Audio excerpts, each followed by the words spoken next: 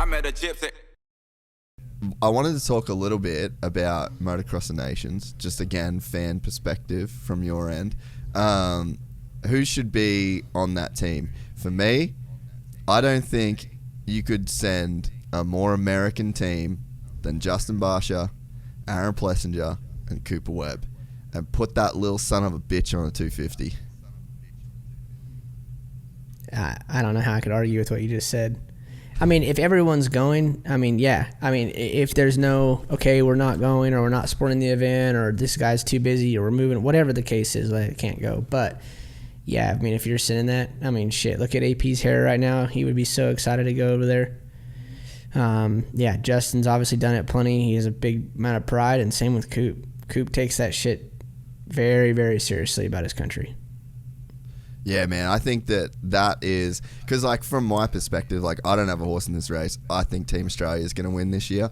But for me, it's like, if I'm the American selectors, dude, there's a bunch of angles that we could actually pull this apart.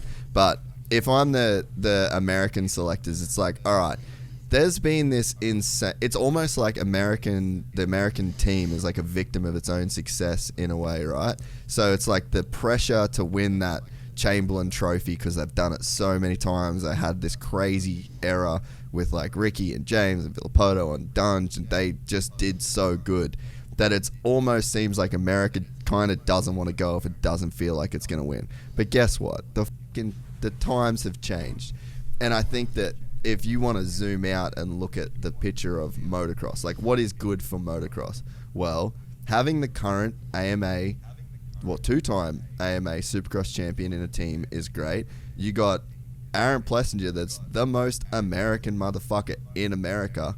And then Justin Barsha, he ain't lagging too far behind that guy. And, you know, you send that team, I think it sets this crazy precedent of, like, you don't have to send the lights guy. Like, you just send who wants to go, who wants to rep the flag, who wants to run the red, white, and blue, and who wants to try and fuck shit up. And it's like, that is moto, that's fucking metal, and that is America. And I think that to not do that, like, if that card's on the table, like, I know Cooper Webb wants to go, and I know that he's down to ride a 250F. And it's like, what's the problem? Why would that be an issue? I think too, like, you look at from the marketing perspective, KTM wise, like, Coop ain't in this championship at all. What do? Let him race the last 2 rounds at outdoors on a 250F. Go and play in that championship. That's some crazy eyeballs that are going to go onto that class. Like, even, you know, like, you want to think about the future of the sport. Like, Coop's probably going to be doing his last years right around the time that Jet is doing his first years, you know? So you've kind of always got, like, that transitional period where it's like, the young dude's going to take out the big guy. Let's give Coop a chance to go out and show the young pup what's up, you know? So there's just so many dope angles. And to me, if you send that team as Team America, it's like you're kind of making a statement that it ain't all about winning. It's about motocross and kind of like the commitment of the Americans to the world of motocross. No, and I think everybody would love it. I mean, when you think back too, like, I remember watching Imig race at 500 one year when I know that used to be a norm. Like, there was 125, 250, 500 championships. Like, I get that, but there was a time where it also wasn't, and Imig rode a 500. You know, it's like those, like, I know that's opposite end of the spectrum, but it's also not. It's not what he was training for. I bet he didn't test on that thing very much, but he went there, did it, pulled it off, won, came home. But that's, like, again, one of those commitment things where it's like, hey, we're going? Okay. Oh, you need to ride a 500. Okay. Well, whatever. Like, whatever I got to do, let's go. I mean, yeah. I know it wouldn't matter if I got told to ride a tricycle, I'd go to that event. Yeah. Yeah, but do you feel like we've lost a bit of that? Yeah, and the schedule's to blame. I mean, it sucks. I mean, just imagine if we weren't under COVID right now, we would have had the normal schedule, would have had 17 in a row where we didn't have any off weekends. And luckily the 10-day hauls at Supercross did give us some weekends off, which was nice. And this, honestly, the outdoor series had some breaks as well. Like, we're just coming off a 2-week break, which is phenomenal for everybody. But then look at it. If we had Monster Cup and then Straight Rhythm and Nations and then you're expected to take you got to fit at least a 3-week break in there somewhere. Well, now it's mid-November, and I got a race in a month. Like, it's just insane what we ask for them. We ask a lot out of these guys, and it's not a big deal at the beginning of your career. But once you're Eli, Justin, Coop, at that point in your career where not the twilight years, but essentially, unfortunately. The business end. Where you're like, dude, I do need to break. I need to reset. Yeah, I can hammer this out, but that's every time I do this, it's taking a year off of me. Yeah. There's only one more year I can do this now, or 2 more, or maybe there would have been 5 had I taken a little bit of a break. Or you go the Justin Brayton route where he's just supercrossing it, doing Australia, making good money, loving it, and still racing. And he's 37, and he's enjoying it. He's loving it, and he's still successful because of a little bit of the reset, the break. Let yourself gain 10 pounds and then work it back off instead of trying to gain weight in the offseason because you just came off of a 12-round series plus 17, and now you look like you just finished Tour de France because you're so calorie deficit. So to me, it's one of those things. Yeah, that makes sense. So what do you think? All right, let's say Coop, because Coop's been struggling pretty bad this year. Like I know that like he was really wanting to win that outdoor title. I mean, obviously all those guys do, but I think that was like a big point to prove for him, was to like come off the Supercross title and then go win the outdoor title. And he's just struggled like gnarly to make it happen. What do you think Coop would do if he went into the lights class? And let's say that he runs a Team America graphics kit and he runs a red, white, and blue at the last 2 rounds of the Nationals on a 250F.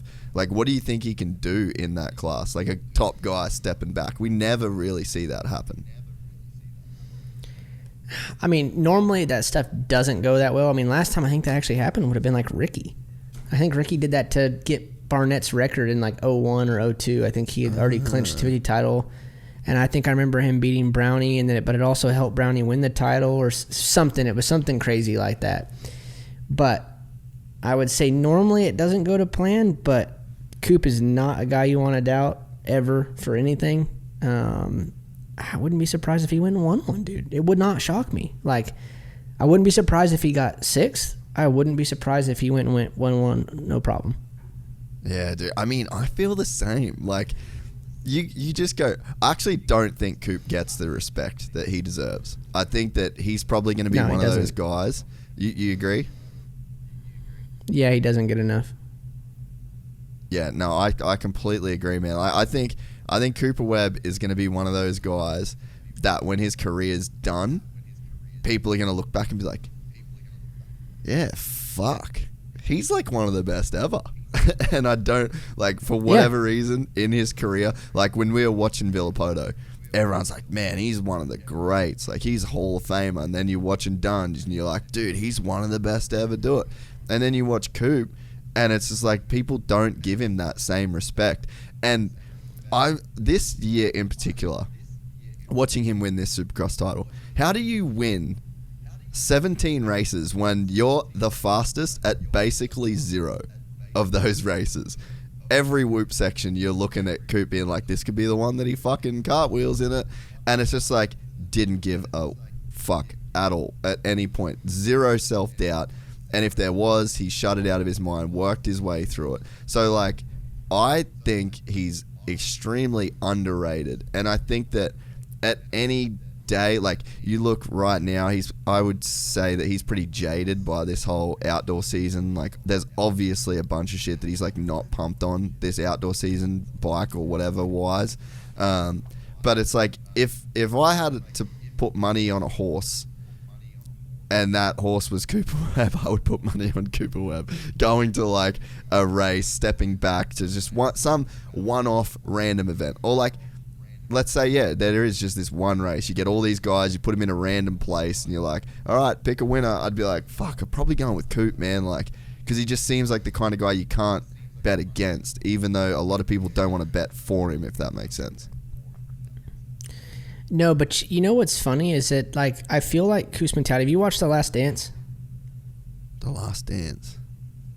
Or the Michael Jordan? I think it was called The Last Dance. Oh, no. So actually, it's worth watching. No. Yeah, okay, yeah.